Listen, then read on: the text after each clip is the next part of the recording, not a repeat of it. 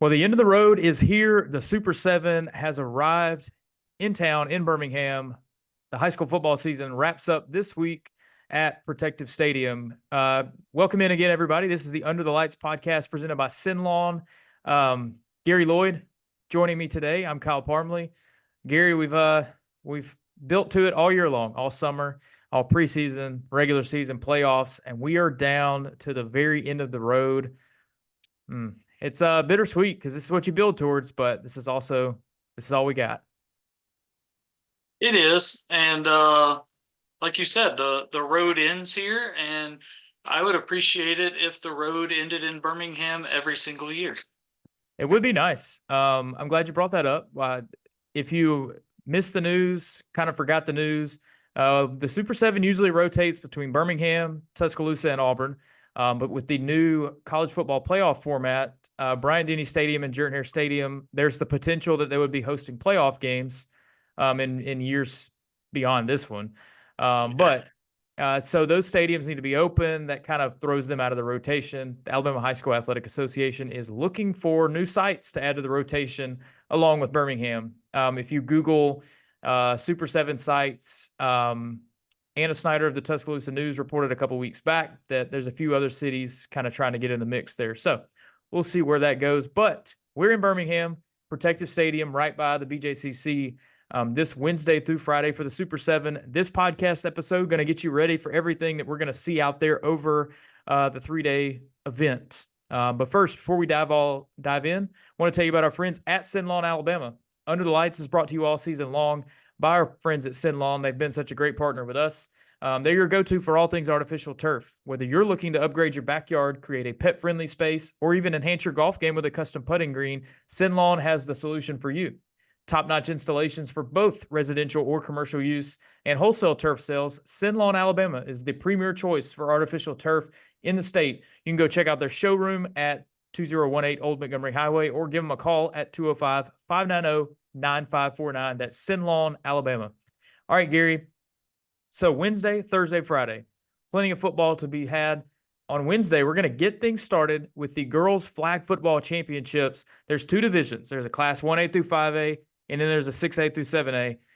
This is the first year that flag football has been fully integrated as part of the AHSAA championship program.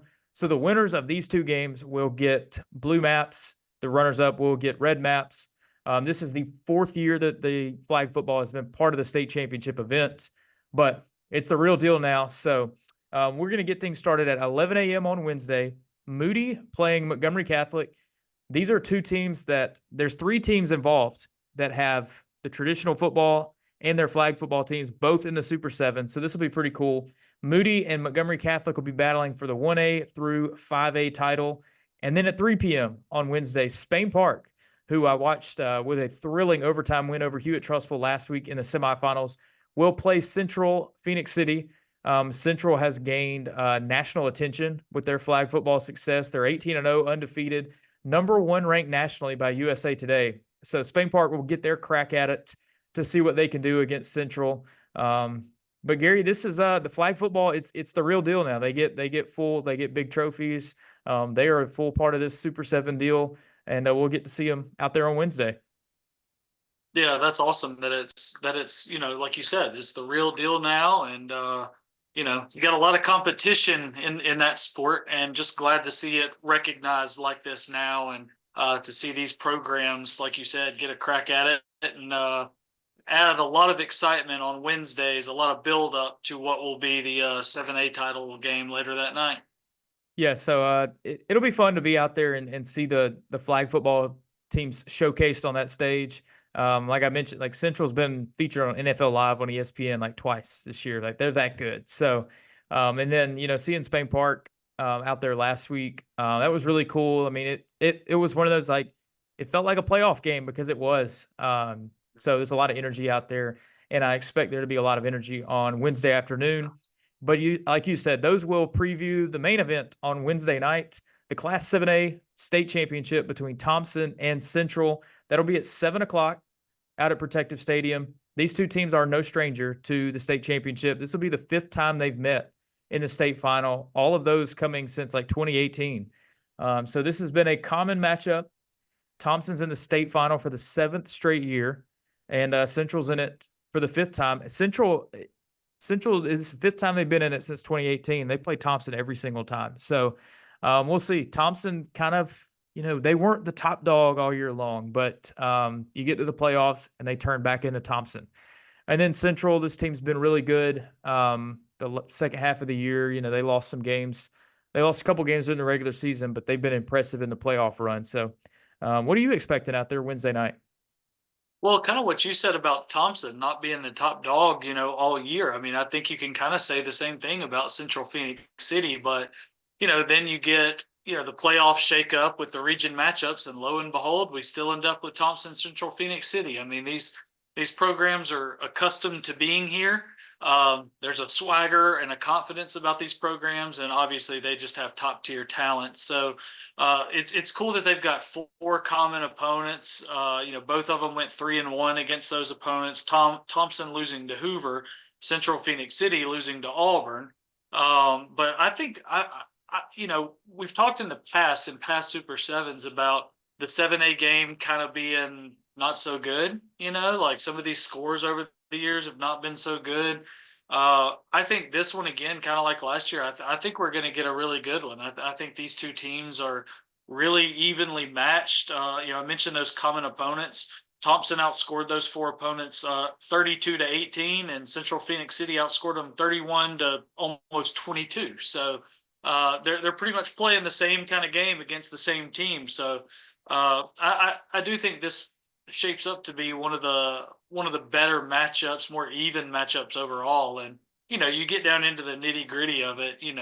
Stars making plays. Obviously both quarterbacks are really, really good, and Alford from Central Phoenix City and Trent Seaborn, who we've talked about from Thompson. But I want to see Anquan Fagans going against Dalen Upshaw and those guys over at Central Phoenix City. And just looking for a show Wednesday night. Where do you kind of land on it? I think Central's the favorite going in. Based on, I mean, and granted, that's probably recency bias, having put eyes on them the last two rounds of the playoffs, and seeing how well they played. Statistically, I don't think Central's defense maybe stacks up the way that it has in years past, but to me, they passed the eye test, especially against Vestavia and Hoover. So I think they're better than the numbers would suggest. That defensive line is a problem. So if Thompson can't block them, and then it's going to be a long night for Thompson's offense. So I don't know. I think like you said, I think it's going to be a really good game. Both of these teams have the big game experience. They know what it's like to be here. The moment, the environment's not going to phase them. So yeah, buckle up. It's going to be a good one. It will be a good one. I think Bo Nix will be here for it. All right. Be fun. Good Monday Night Football win for his guys last night. What a wild game that was. All right, so Thursday, there are 3 games out there. You got the 3A, 1A, and 5A championship games in 3A at 11 a.m. Mars Hill taking on Houston Academy. Houston Academy, I've kind of seen that they've been like in the middle of that top 10 all year long in 3A, which I thought was kind of unusual. It's not a team that you see that often. And you go, look, they're in the final for the first time since 1973. So what a season for them. Mars Hill's back in the Super 7 for the first time since 2020. Based on some quick research, not having seen either one of these teams, they look pretty evenly matched.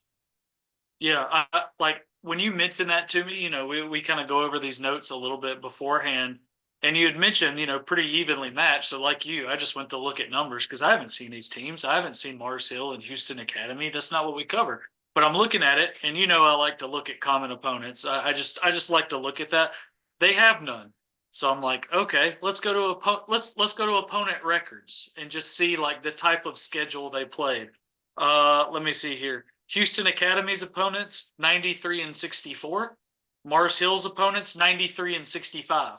So I think you're pretty dead on about it being a pretty even matchup in terms of what they've done through their first 13, 14 games. And hopefully this just continues a trend. We talked about Thompson Central Phoenix City, hoping it's a really good, competitive, close game. If these things on paper are any indication, you hope it continues and you get some classics as well. A lot of times these Super 7 games can get out of hand. But I think kind of across the board this year, at least on paper, I'll end up totally wrong, but across the board, I mean, these matchups look fantastic, and it's hard to lean one way or the other.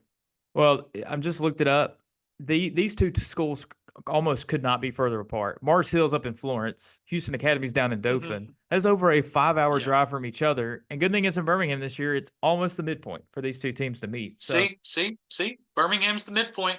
Just saying, right in the middle. it's gonna be fun. All right, so that's 3A game. The 1A championship game will be at 3 p.m. on Thursday. Wadley, undefeated, taking on Maplesville. Wadley was last in the Super 7 in 2021. They were the runner-up that year. Maplesville, this is a program that went on a run, close to a decade ago. They were really, really good. I guess ever since, my guy Damian Mitchell graduated, they just haven't been able to replicate that success. But they're back. Wadley, their offense is averaging 56 points per Unreal. game. Now, I don't know the caliber of these opponents that they played in 1A, but 56 points a game, no matter what, is astounding. Yeah, I mean, I was looking at this. 9 of their games, they've scored more than 52 points, and out of those 9, 6 of those games are in the 60s.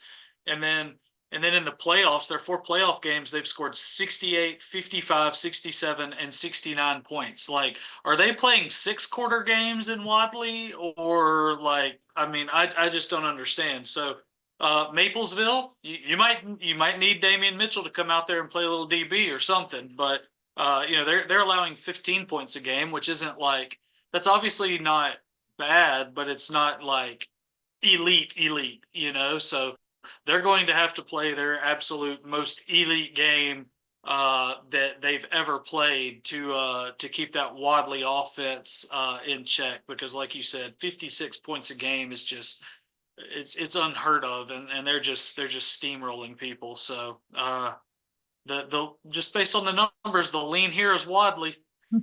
Yeah, Wadley is undefeated. Maplesville has dropped a game. But the Capper on Thursday night, it's a 5A game. I know you've been looking forward to this one. Moody's taking on Montgomery Catholic.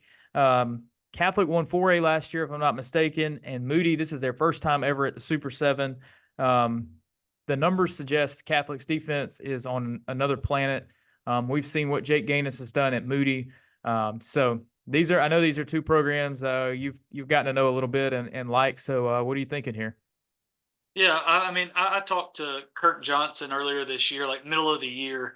It might have been like that week 5, non-region week kind of deal. He's the head coach at Catholic Montgomery, and man, he's just a cool dude. Like, so much fun to talk with, and he's done something there that, I mean, that program was great when he was an assistant, and then they've just continued to stack. I mean, it wasn't too long ago they were 3A playing for state titles. They were 4A finishing runner-up, won 4A last year, and then this is their first year in 5A, and they're still just dump trucking people. Just they're just an unbelievable program. I think this senior group there right now is like 54-2 or something like that to date. It's just absurd. But what strikes me just from talking with Coach Johnson down there is kind of that mindset, that culture, that community buy-in, that kind of thing is what I gathered from talking with him. And honestly, that's a lot of what I've seen at Moody this year. Obviously Moody does not have this track record. They don't have this experience. They've never been there. But I see a lot of similarities there, just in kind of that intangible nature and that belief. And, that's what Coach Jake Gaines says all the time at Moody is, the belief comes from the work. And they've certainly put in the work, and hoping for a great game. I think Moody is, here I go with my common opponents again. Moody's were 82-57, Catholics 74-61. So Moody's maybe has played a little bit tougher schedule, but nothing like crazy different. But I don't know. Can Moody continue it against a defense that will be probably the absolute best defense it's played to date? And can that Moody defense do enough to limit Catholic? I'm just looking forward to a matchup like this. That's, it's not a typical matchup that we ever get. Like, Catholic's never played in 5A, so they're new to this. Moody's been around since 1978. They've never played in this. So I'm just looking forward to seeing the atmosphere more than anything, because if you want to if you want to do your shopping or anything like that, Christmas shopping in Moody on Thursday, just go Thursday night, because there won't be no line, no wait, because I think they're going to take over Uptown down there, and that should make for a really fun night. So Thursday night, that's the place to be, is Protective Stadium for Moody and Catholic. All right, 3 games on Friday to finish things off. The 4A championship game at 11 a.m. Friday features Jackson and Cherokee County. This is the 3rd straight final appearance for Cherokee County. They've lost the previous 2. They'd love to get in the win column here, but they are going to have a tough time doing that against a Jackson team that last won a state championship in 2011, but this team has been, crazy dominant this year. Their only loss was a close loss to SYNLawn at the start of the year. Is that right? So this is another one where you look at them on a map. Jackson is in the bottom left corner. Cherokee is in the top right corner on the map, 4.5 hours away from each other. So another one meeting in the middle here for a big time game. Yeah, it's crazy. Like when you take things like, you hear the phrase, the cliche, the third time is the charm. And you kind of feel like that a little bit for Cherokee County, having been here and come up short the last 2 years. And, you roll in again, confident again, and then you get this Jackson team. And it's like, my gosh, like, are we going to be able to do this? And I think if Cherokee County is able to do this, I think it puts Jackson in a position kind of like Cherokee County has been the last year or two, because a lot of Jackson's offensive stars, their quarterback is a class of 2026 guy, Landon Duckworth. He'll be back next year. The running back, Crowell, I don't know how to pronounce it. He's a class of 2027 guy, one of the best running backs anywhere. So, Jackson, regardless of win or lose this game, I think they're gonna be right back here next year, because they've just got loads of young talent that's really made a name for itself. And both of these teams lost their season opener and they haven't lost since. So really long winning streaks on the line for both. And I just, again, looking forward to another matchup that's like, it feels like we should get a really good game. So we'll see. All right, the middle game on Friday at 3 p.m. Tuscaloosa Academy taking on Reeltown in the 2A final. This is Tuscaloosa Academy's first Super 7 appearance. They didn't join the AHSAA, but a couple years ago. So big time for them to get to the championship game already. Reeltown, they're used to this stage. They lost to Fife in the state championship game last year. A guy to know, TA has got quarterback Preston Lancaster, who is, relative to his level, one of the best football players in the state of Alabama. He's had a great year, great career. So Reeltown will have to contend with that. This TA program, in a lot of sports, just the last few years of really becoming a solid AHSAA team. It's cool to see their ascension, their growth. They had a lot of success at the AISA level. But here they are, and they take on Reeltown on Friday afternoon.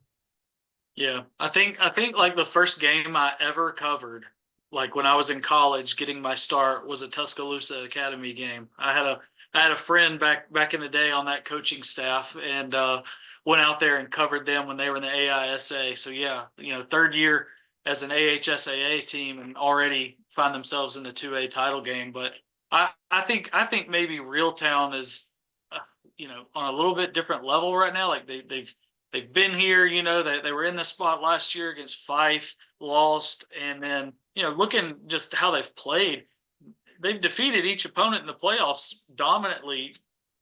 Except last week, they kind of had a dogfight with Highland Home, beat them like 6-0 or something. But if you go back and look at Highland Home, that might have been one of the best teams in all of 2A all year, if not the best. And so they were able to kind of win a rock fight there. And then, I would lean Reeltown just from their defense and having been here before. And I think the moment is just I'm not saying the moment's too big for Tuscaloosa Academy. That's certainly not what I'm saying. I think Reeltown brings some experience to this that's going to help them finally get over that hump. And I think that's what's going to happen.